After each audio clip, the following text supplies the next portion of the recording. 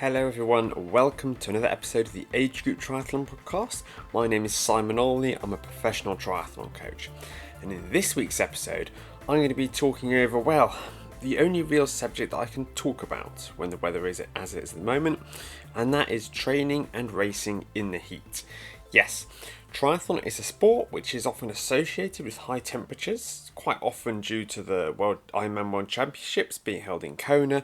The fact it's a summertime sport, the water needs to be warm enough for open water swimming, so that limits sort of the window in the year in which we can compete.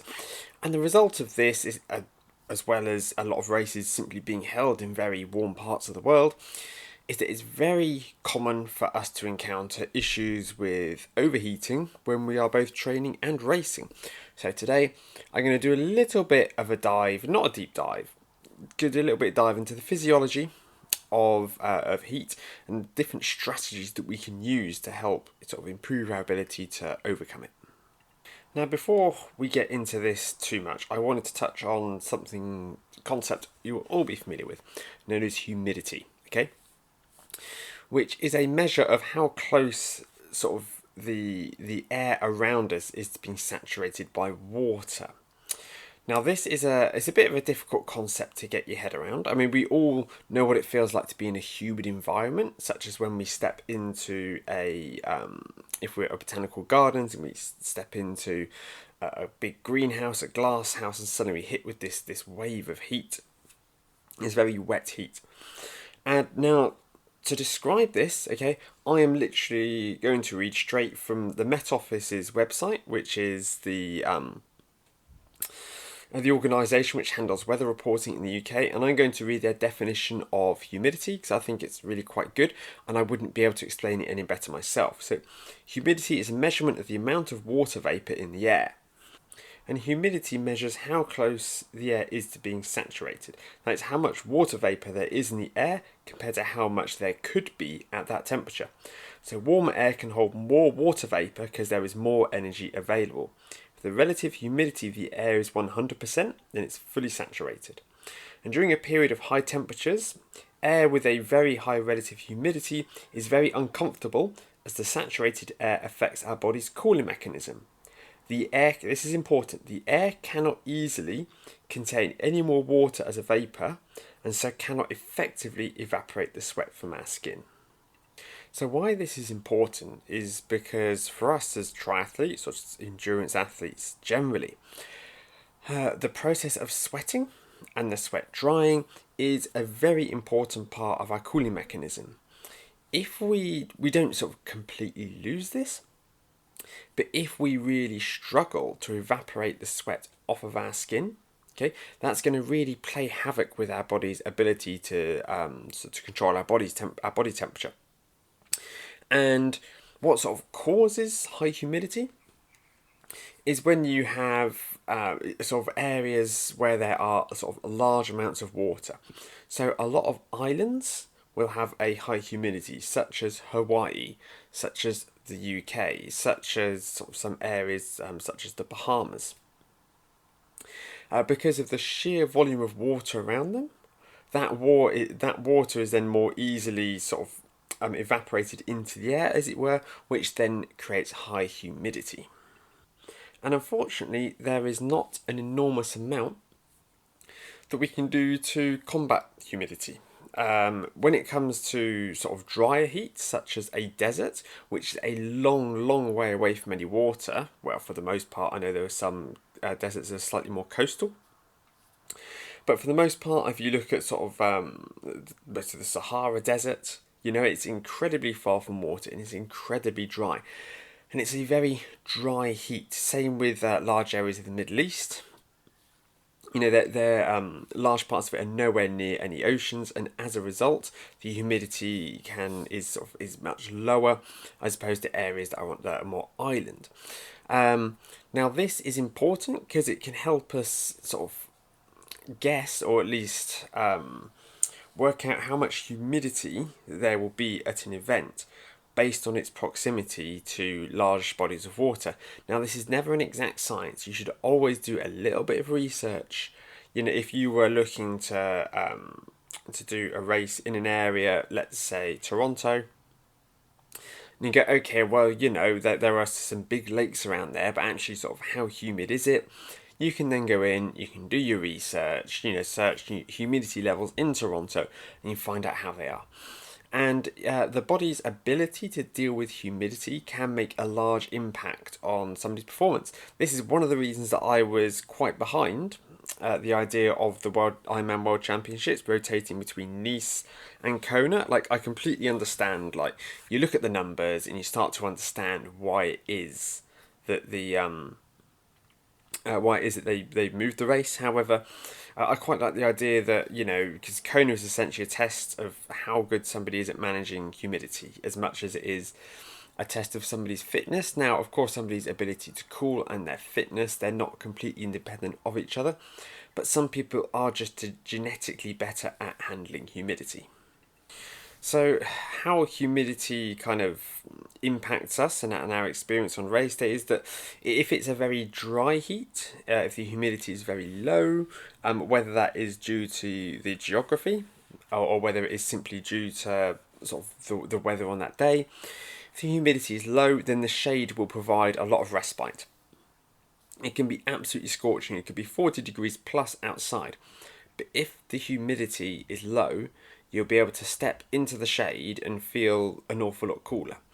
Whereas if the humidity was high, if you step into the shade, yeah, it's going to provide a brief respite, but you're still going to find yourself feeling really quite warm.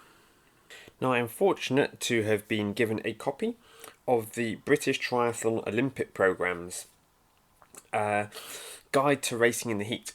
So this is sort of the playbook for the very best athletes to help them manage the heat. Now, this is very much the age group triathlon podcast, and I try to keep it very focused on amateurs. I don't want to give the impression that we're just slower than professional triathletes. It's a very different approach. It's a very different mindset. However, I know that a lot of the very best minds in sport and on the subject will have been consulted to help create this guide. So I figured if it was good enough for the Brownie brothers to help them sort of manage the heat, then it's probably good enough for us. Now, one of the first things it points out is that once you get to about the 25 degree mark, that's for a lot of people sort of the turning point, where you go from, oh, you know what, this is really quite comfortable. It's nice, it's warm, but I'm not dying. Whereas when you get to that 25 degree plus mark, that's when performance will really start to fall off. You have to, of course, keep the humidity in mind here. This is assuming the humidity is below 75%. Of course, you can check the weather forecast, keep an eye on how humid it is. Again, sort of when humidity gets above 80%, that's another real turning point. So if the weather is sort of the air temperature is over 25 degrees and the humidity is over 80%, then you know that you are really going to be out there and it's going to be hard, especially on the run. If the temperature is below 25 degrees and the humidity is below 80%, then yeah, it's going to be warm, but hopefully you're not going to find yourself sort of with a really severely impacted performance as a result. Something we have to be really mindful of is the wetsuit temperature.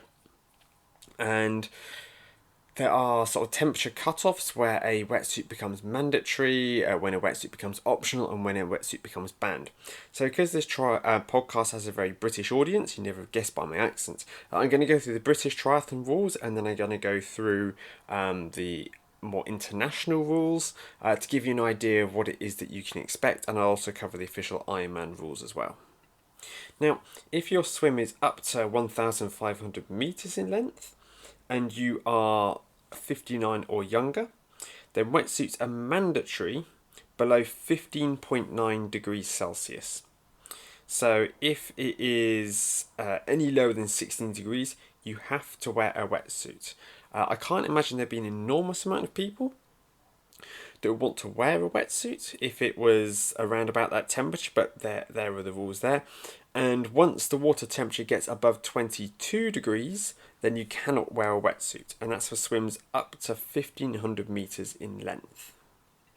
Now, if you are age 60 or above, you are swimming up to 1500 meters, okay, your cutoff is a bit different. It's still mandatory if it's below 15.9 degrees, but the temperature has to get up to 24.6 degrees Celsius before they are banned for you.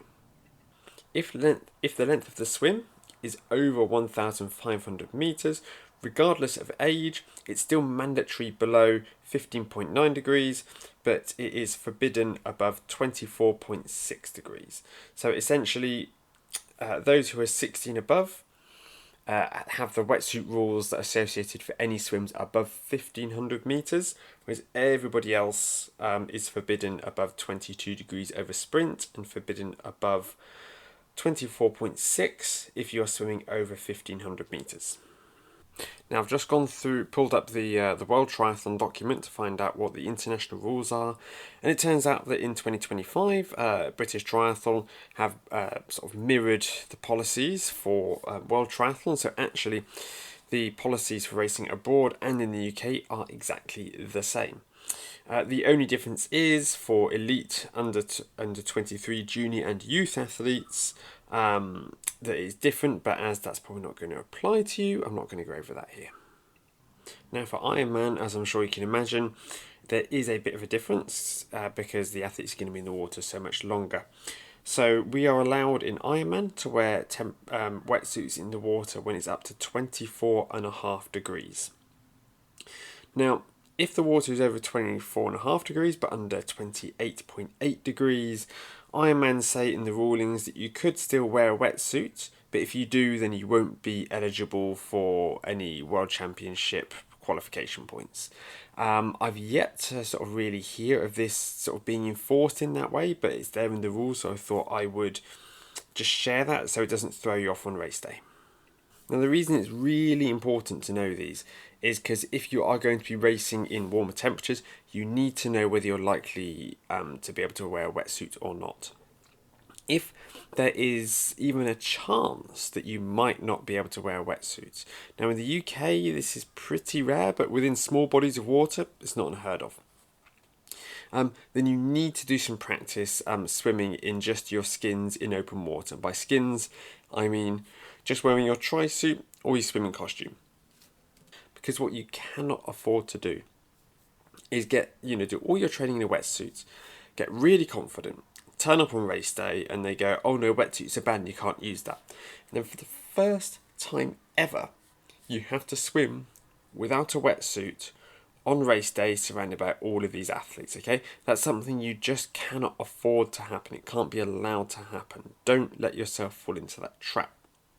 So have a look. If you're doing many events, they will list sort of the normal water temperature on the website to give you an idea. You can probably look at previous years as well, find out what the official water temperature was on the day, and you can then make a decision based on that. I reckon if in doubt, it's always best to get a little bit of swimming done in skins. Only when the water temperature is really in that region of that sort of 22 and above for shorter distances, or 24 and above for longer distances, but get some open water swims done in that kind of temperature just so you can fall back on having that skill set if you really need it. Speaking of preparation, if you want to adapt for a warmer climate, this is something that some people will do, which is especially ahead of like a big race like Kona, they may head out sort of maybe 10 days ahead of the race to allow their body to adapt to the climate so that they can perform much better on the day.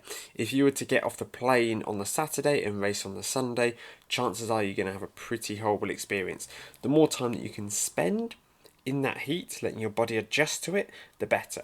And this is a mistake that a lot of people will make in warmer climates when they go there really early to acclimatise.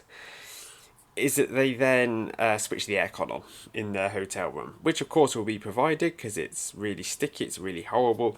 But if you are getting your body used to, if you're training your body to be able to handle that, then you need to either not use the aircon at all, or if there is absolutely no way you're going to get a wink of sleep without the aircon on, slowly try to wean yourself off of it in the build up to the big day. Now let's assume we've done our research, we know if it's going to be a wetsuit swim or not, we've done a little bit of preparation, we've got there a bit early. Well, what are we going to do on the day itself? Well, what's a good idea is if you can take something with you that you know is going to be able to provide you with some shade, an umbrella, parasol, whatever you want to call it, anything like that, which you know is going to be able to help you keep the direct sunlight off of you as you go about on your travels. If you know that you are going to be somewhere which has ample shade, okay, that's not such a problem, but you might want to make sure there's, you at least have the option of something to help protect you from the heat. So if you find yourself lining up for registration or browsing around the expo in the punishing heat, you can at least use something to help keep the worst of the sun off of you.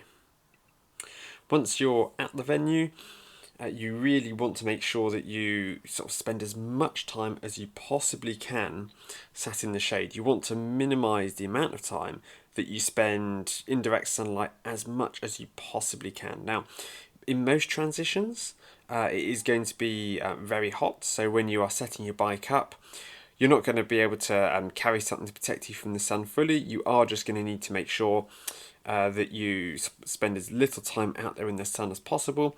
But all other times, if you can stay in the shade, I really do recommend that you do. Even in high humidity, it does make a difference to be out of that sun, because if nothing else, you're going to reduce the chance of you getting sunburn. Speaking of sunburn, it's really important that you apply some waterproof sort of sunscreen to yourself, ideally about sort of 20-30 minutes ahead of the start of the race. Obviously you're never going to have all of that sunscreen stay on once you get in the water and you start swimming, but it's an awful lot better than having nothing. If you are doing a longer distance race, if you know that you're doing an Ironman, it's going to be very hot, direct sunlight, and you're going to be out there for a prolonged period of time. Personally, I would stick some sunscreen in, unless you're aiming for some blindingly fast time. Stick some sunscreen, just a bottle, in your blue bike bag, and as you come out of the water, towel yourself off as best as you can and apply a layer of this sunscreen. Now, yes, it's going to take you, you're going to lose about sort of 30-45 seconds by doing this, but if it stops you from getting really sunburned, okay, that is going to pay absolute dividends on the run. Especially if you're wearing a sleeveless triathlon suit. I wore a sleeveless suit, I remember, for a race back in 2013. I didn't spend as much time as I should in the shade. And for the next few days, I could barely lift my arms. My shoulders were so sunburnt. It really is going to play havoc with your body's ability to cool itself as well. So it is worth taking the time if the sunshine is going to be really brutal and you know that you suffer really badly with sunburn, to stick some sunscreen in there. Also consider sticking a bit inside your special needs bag if you're doing a full distance Ironman, so that you can top it up at the aid stations if you need to. Now, it is possible, albeit unlikely, that you can have high air temperature, but for it still to be a wetsuit swim.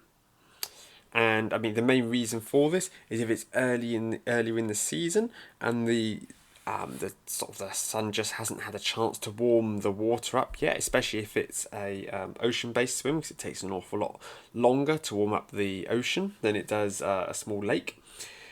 Then you want to make sure that you are not putting your wetsuit on much before you need it, especially the top half. So what you might want to do is you might want to stick the lower half of the wetsuit on in transition. Then as you walk your way down to the start is when you can start to sort of put the top half on, and you really want to sort of minimize the amount of time that you can spend with that full wetsuit on.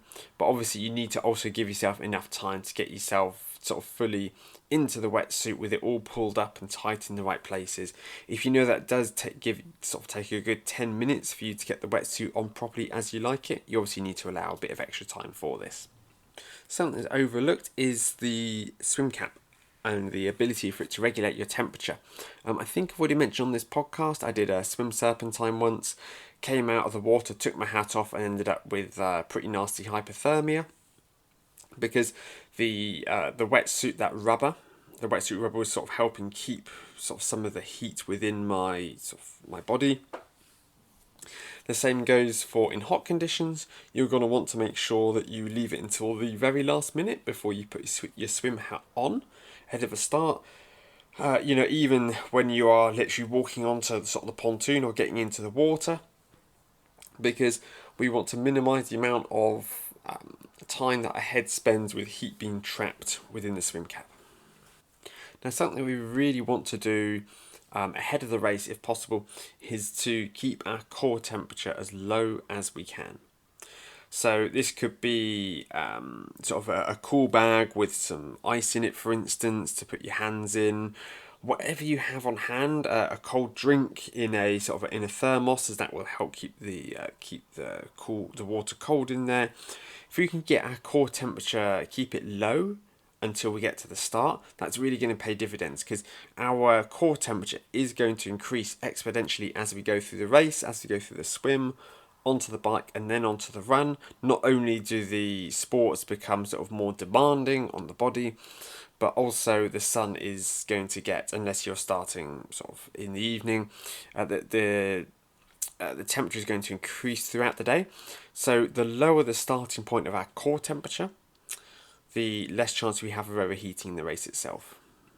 This concept is all the more important the longer the race is. If it is a very short race, if you're doing a relay or a super sprint, then this isn't quite as important. We should, of course, aim to keep our core temperature as low as possible in these temperatures, but it's not quite as crucial as if you were doing a longer distance event, where any mistakes that you make ahead of the event are really going to come back and hurt you later on.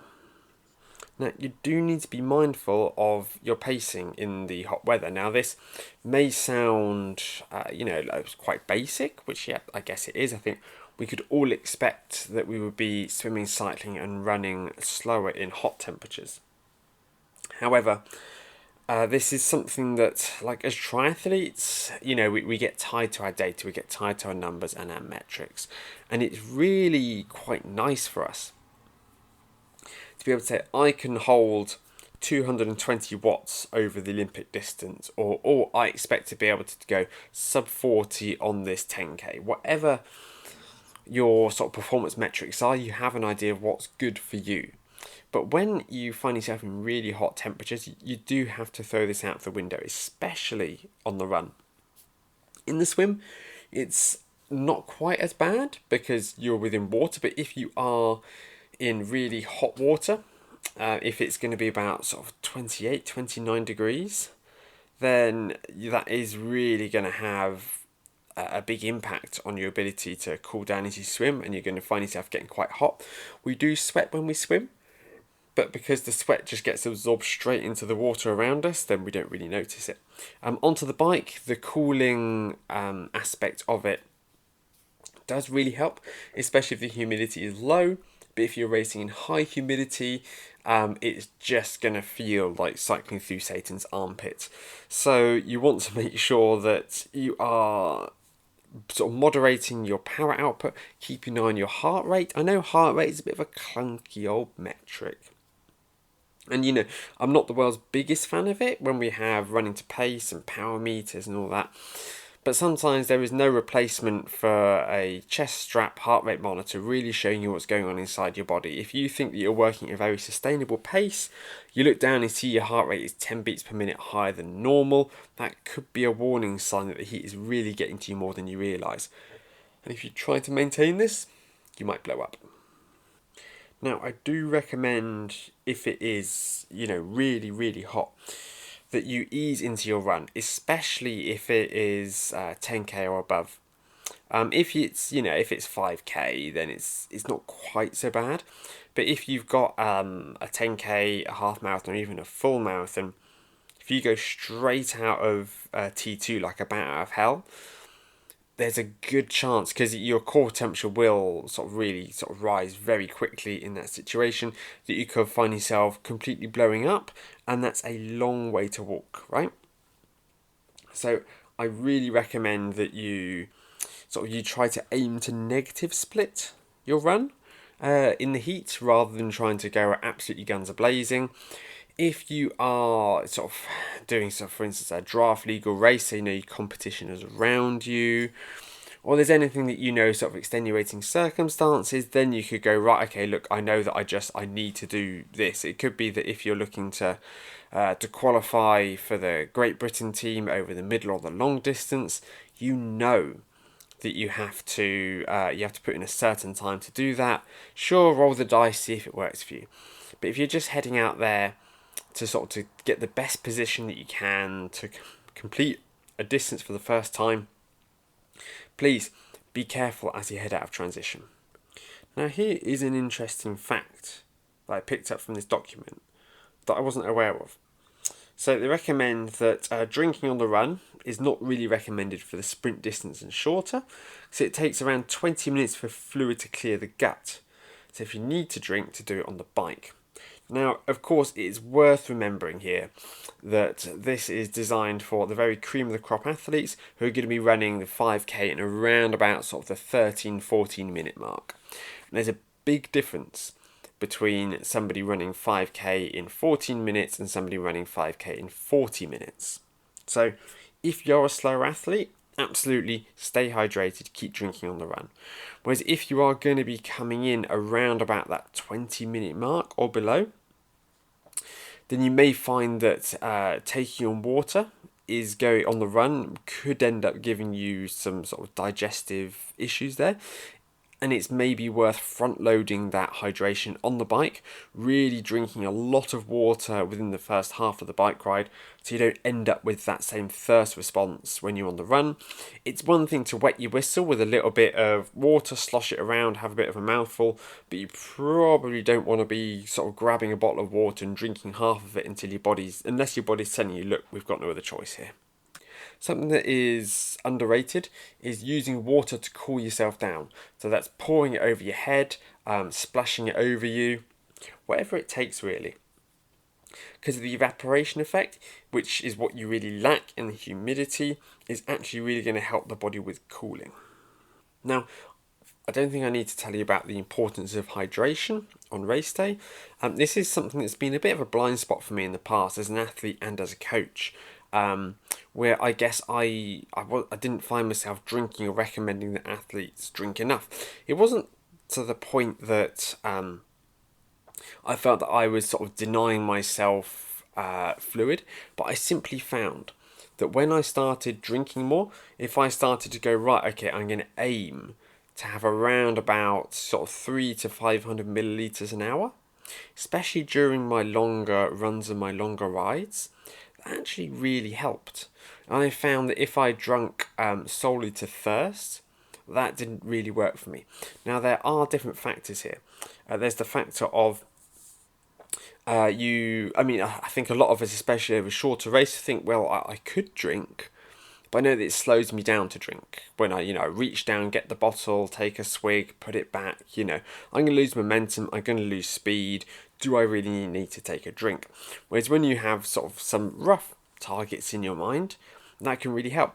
And it is much better to sip little and often, especially on the run and towards the end of the bike, than it is to sit there and down 200, 250 milliliters when you realise actually you're really dehydrated. Now, I'm going to move away from the British Triathlon document now, and I'm going to start looking at specific nutrition and hydration tips in the heat and how we can manage our fueling strategies around this. Now, one of the worst bits of triathlon advice that goes around is to freeze your water bottles. This is something that many a hapless triathlete has been told to do the day before race day. Now, I think we all know we should not be doing things for the first time on race day. Nothing new on race day. But some people, they think, oh, actually, that's a really good idea. What could go wrong? Generally speaking, you have one of two sort of scenarios here. The first one is that you put your water bottle in the freezer, you bring it out, and as it starts to the ice starts to thaw, you notice that actually the water is expanded as it is frozen and is now giving you a nice crack or multiple cracks in your water bottle, which now causes the water to dribble out of it as it defrosts. That's a very common one. The other one is, even if you do have a bottle which is, you may have gone for a thermally insulated bottle, which is not a terrible idea. I think the weight penalty is definitely worth it if you can have some nice cool water. Is that you get onto the bike, go to take a drink, and there's a little bit of a dribble of water that comes out, and the rest of it is still a block of ice. Which is very frustrating, because not only do you have the weight penalty of carrying around the insulated bottle and a kilogram of ice, well, not a kilogram, probably 750, 500 grams of ice, but you also then you can't drink, so it is the absolute worst of both worlds. If you are going to freeze your water bottles, do practice this in different temperatures, see how long it takes them to thaw out in different materials. Again, nothing new on race day. Really make sure you practice this. And we can't talk about hydration without talking about electrolytes, can we? So electrolytes, it sounds really fancy, but it's not. It is essentially salt and a couple of sort of a handful of, I think it's calcium, magnesium and potassium. Most manufacturers, they put trace elements of these in as well, but mostly we are looking for sodium from these supplements. And the reason that we need sodium is that we lose it. It's essentially salt. We lose salt as we sweat. Now, when we're sweating and we're losing all of that salt, that is going to really play around with our body's fluid balance. And the result of this is that if somebody ends up not replacing their the salt that they lose through sweat, is that they will slowly develop a condition known as hyponatremia, which is the swelling of internal organs, because the body is quite simply unable to shift the water from out of them, and it just keeps pushing more and more in. And most of the symptoms come from their sort of the brain, they're neurological. So start off with a slight headache.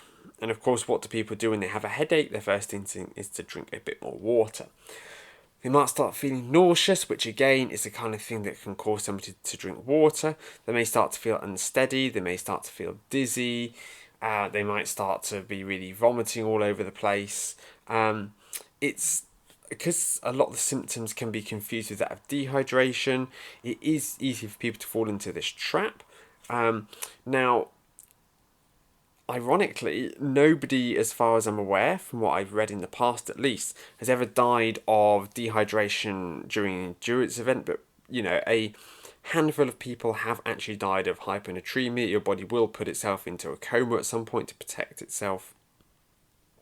So you do need to be mindful of this. Don't really, freak out about it, but it's important for us to push home the point that you can't ignore fluid balance, sodium balance within your body. Now, the good news is that most people, I say good news, a lot of those who are most prone to hyponatremia are people who tend to be out on the course for the longest time. So we're talking about people who will be out there for 5 or 6 hours and they drink at every single chance they can on a marathon course. That's generally how these things occur. If you are doing a shorter event, you probably don't need to worry about it. But the benefits go far beyond just preventing this condition. Sodium is also used for the absorption of nutrients in the gut, maintaining your sort of cognitive function, so concentration, like nerve impulse transmission, and muscle contraction. And I think anyone who's done longer distance racing will tell you how easy it can be for your gut to backfire on you, or for you to find yourself in a little bit of a confused haze at certain points. So it is really important for us to include sodium within our training and our racing, I should say. But we need to test this in our training, and more is not always better. If you cast your mind back to Casino Royale, assuming that you watched it, James Bond film, there's a point that Bond realises that he's been poisoned. So he grabs some sachets of salt and a glass, runs into the toilet, fills up the glass with water, empties all the sachets into it, chugs the salt, and that makes him immediately vomit into the toilet. The reason for this is because of the high salt concentration causes nausea. So if somebody goes with all the salt they can get their hands on, they go, oh, I'm going to take some salt tablets and I'm going to go for this high concentration salt drink, so I've heard about how important it is to replace salt, there's a good chance they're going to find themselves really unwell. You need to find that balance between how much your body needs, as well as, you know, sort of what the optimal dosage is for you for performance. Now, I recommend, I'm going to stick down in the show notes a link, it is an affiliate link, a link to Precision Fuel and Hydration, where you can take one of their sweat tests and they will be able to sort of prescribe you some sports drinks of different concentrations based on the information that you give them. Make sure you answer honestly for them to be able to give you the best recommendations. But I've worked with a number of people who have tried these and they have been absolutely blown away by the difference that they've made to their racing. Especially those who are heavy sweaters. A lot of the electrolyte tabs you can get out there, they're not concentrated enough for people who are on the bigger side perhaps, or either have a very high sweat rate or very salty sweat. I did a sweat test with Precision Fuel Hydration, and I learned that I actually, even though I sweat very little, that I do sweat is incredibly concentrated. And so, you know, I have a moderate strength sports drink, sort of stronger than I'd used in the past, to help me combat this. So it is important to get this balance right. Pop down in the show notes, take their quiz, and that should help you, point you in the right direction.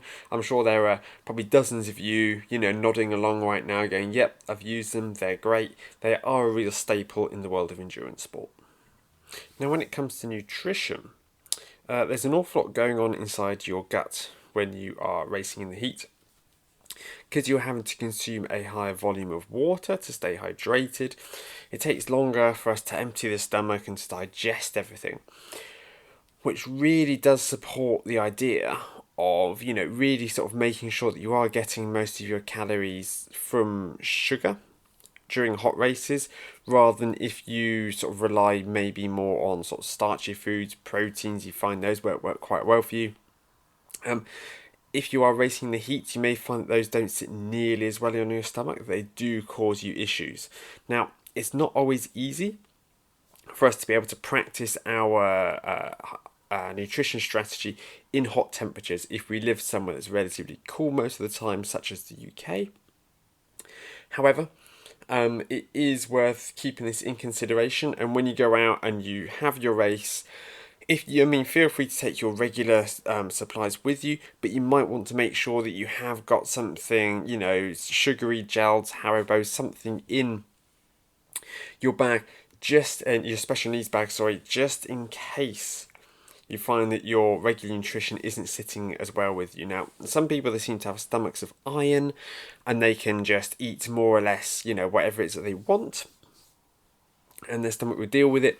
Other people, such as me, our stomachs aren't quite as bulletproof, and we have to be careful with what it is that we have. But yeah, if possible, as with all race nutrition, practice is key. If you can practice different nutrition strategies and hydration strategies in training, that's really, really valuable. And especially if you're able to head out to the location of the race, say sort of about a week beforehand. Again, I know that requires a lot of annual leave away from your job, but if that is a possibility for you, then getting out and practicing this nutrition during some of your sessions will really help. It's worth, again, trying to eat before you feel hungry, just to see how your body can handle that different nutrition in the heat with the increased hydration demands.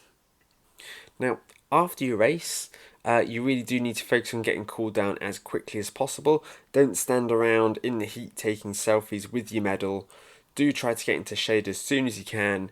Get rehydrated. A lot of larger events, they'll have a large tent within, hopefully at least at like Ironman events, have some food and lots of aid there for you to help you cool down. If you do feel sort of really ropey, if you are racing and you start to really slow down, if you start to get dizzy and feel nauseous, there is a chance that you're suffering with heat exhaustion, and it is worth getting yourself into some shade, finding a marshal, trying to do something to get yourself safe, because if you do find yourself suffering with severe heat stroke, it can be potentially life-threatening.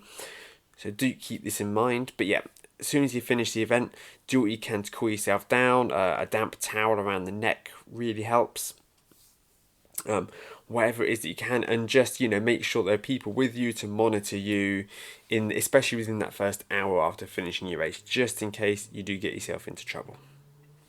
Next up, I wanted to touch on sort of more from the training side of things. Now, if you are looking to train in a real heat wave like we're having at the moment, I guess sort of high temperatures than you're used to, I should say, then you may want to reconsider the time of day that you train at, if at all possible. Now, it could be that you've got zero choice in this, but it could be that you could maybe try just getting up at 5 rather than 6 to get a session in. It could be that you actually think the evening is going to work better if you can head out at sort of 9 or 10 p.m. Depends on your schedule. But I really would recommend against training between, especially sort of 11 and 3, often when the sun's at its highest. But this doesn't mean that it can't be at its absolute hottest sort of into the evening sometimes, just the way the day pans out. But I really would consider rescheduling things. Now, ideally, I would want somebody to get their training session done. Of course they would. I'm a coach. I'm invested in people's performance. But I would much rather that somebody goes, look, it's just too hot today. I can't get out at a sensible time to train. I'd rather do nothing than run the risk of sort of doing a session in ridiculous heat and being unwell, not be able to recover from it for several days, and it just sort of messing up the rest of my schedule. So if at all possible, it is ideal to get a session in. It could be that you swap a run for a strength session in an air-conditioned gym, or for a swim. These are great ways to get around it, to rejig your week. But I don't want people to go out and to make themselves ill, to put themselves at risk. It's one thing if you start to overheat in a race where there are people around you. If you are running on the trails and you start to get yourself into trouble, you could be a long way from any help, and things could escalate quite quickly there. And you also want to consider the intensity of the session. If it is absolutely beating down with sun, is this really the time to be sat on a turbo trainer next to a big window doing a VO2 max session? No, I don't think it is really, is it? Now, you could have a go at maybe trying to do that outside if you live somewhere where that could be possible. If you have roads that would allow you to ride that consistently and, most importantly, safely. But a lot of people don't. They live in cities. It's just not an option. So again, it could be a case of just lower the intensity and say, hey, let's do an easy ride instead, and I'll do a higher intensity ride when the temperatures are more favourable. Or it could be a case of, I'll swap it for a swim. I've got an easy swim booked for tomorrow, and I'll do that on that day instead. Again, you've got a lot of flexibility. I don't want people to feel tied down. If I write a program as a coach, I normally write them on Fridays. And if I'm writing training 10 days ahead of when you're going to be doing it the next Sunday, a huge amount could change with the temperature and the conditions in that time.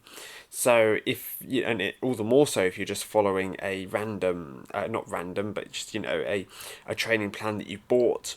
They've got no idea what the weather conditions are, so it's much better to be safe than sorry and go, look, I can't get the session I want today, but I'm going to prioritize my long-term well-being and health over nailing this one session and then being unable to train for a week or so. Now that's around about it. Again, I'm not going to go into special heat training protocols. That's not really an area of expertise of mine. So I don't want to be dishing out advice on something that I'm not, entirely clued up on from a scientific background, because it's the kind of thing that if you do it wrong, it can really backfire. And when I've used heat adaptation with athletes in the past, I mean communication. We talk about durations and the kind of training sessions. Are we going to do some training? Are we just going to use saunas? And we can work that out on a personal basis. When it comes to giving advice to the masses, I don't really feel comfortable doing that. But generally speaking, it's better to be safe than sorry. You can make yourself really quite unwell if you push yourself too hard.